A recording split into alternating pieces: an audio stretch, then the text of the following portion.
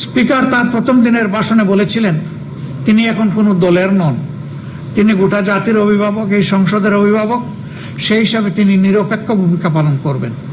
কিন্তু আমরা এখানে নিরপেক্ষ জাজমেন্ট পেলাম না পাওয়ার কারণে সংসদ থেকে আমরা মনের কষ্ট নিয়ে এবং জনগণের দেওয়া দায়িত্ব পালন সংসদের ভিতরে পালন করতে সুযোগ না দেওয়ার কারণে আমরা বাধ্য হয়ে ওয়াকআউট করে আমরা সাংবাদিক ভাইদের মুখোমুখি হই, দেশবাসীকে আমরা বিষয়টা অবহিত করি।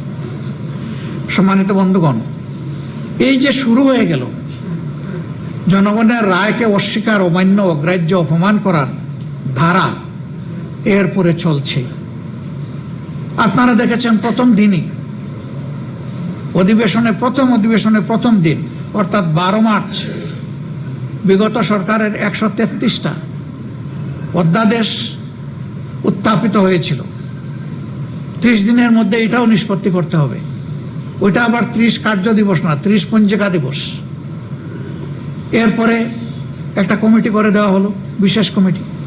সেই কমিটিতে যাচাই বাছাই করে আমাদের যারা বিরোধী দলীয় প্রতিনিধি ছিলেন তারা বুঝতে পারলেন যে যে জায়গায় সংবিধানের বর্তমান অবস্থানকে পরিবর্তন করার জন্য অধ্যাদেশ জারি হয়েছে সেই জায়গাগুলো বিএনপি বদলাতে চায় না, অর্থাৎ ওই জায়গাগুলো রেখে দিয়ে ফেসিবাদী কায়দায় তারা হয়তো দেশ চালাতে চায়। আমাদের লোকেরা তখন নোট অফ ডিসেন্ট বা আপত্তি দিয়েছেন। এরপরে আমরা বসলাম কার্যনির্বাহী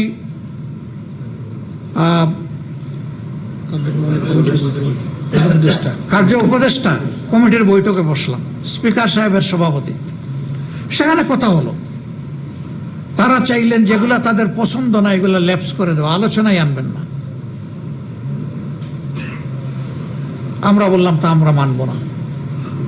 133টা সংসদে উত্থাপিত হয়েছে, এটা সংসদের প্রপার্টি, সংসদেই আলোচিত হতে হবে।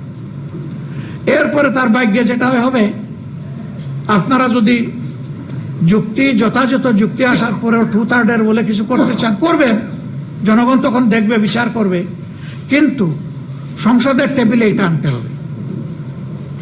আমরা কি দেখলাম, সেখানে আবার বলা হলো যে সময় তো কম। তখন স্পিকার সাহেব বললেন তাইলে আগামীকাল থেকে আমরা সকাল বিকাল অধিবেশন করব। বিরোধী দলের নেতা আপনি কি বলেন? আমি বললাম উই এগ্রি।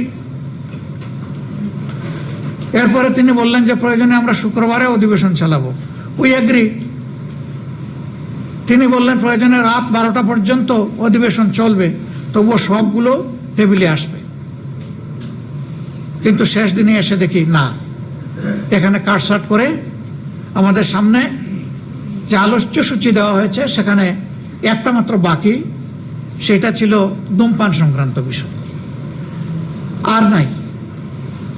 আমরা পয়েন্ট অফ অর্ডারে দাঁড়িয়ে জানতে ছিলাম কি হলো, মাননীয় স্পিকার আপনার সভাপতিত্বে কার্য উপদেষ্টা কমিটিতে এই সিদ্ধান্ত হয়েছে, আপনি এখনো এখানে সভাপতিত্ব করছেন, তাহলে সেগুলো আসছে না কেন? তখন তিনি ফ্লোরের দিকে তাকালে আইনমন্ত্রী আর স্বরাষ্ট্রমন্ত্রী দাঁড়িয়ে এটার জবাব দেওয়া শুরু করলেন।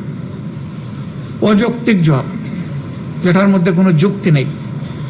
গায়ের জোরে এটাকে চাপিয়ে দেওয়ার যখন শেষ অবস্থান নিয়ে ফেললেন মাননীয় স্পিকার সাহেব, তাদের কথায় যখন তিনি রাজি হয়ে গেলেন, আমরা তখন বাধ্য হয়ে আবার সংসদ থেকে ওয়াকআউট করলাম। এবং আমরা বললাম, যেমন গণভোটকে খুন করার কারণে আমরা জনগণের কাছে গিয়েছিলাম এই আইটেম নিয়ে, আমরা আবার জনগণের এজেন্ডা নিয়ে জনগণের কাছে চলে যাচ্ছি। তবে সংসদে আমাদের লড়াই চলবে।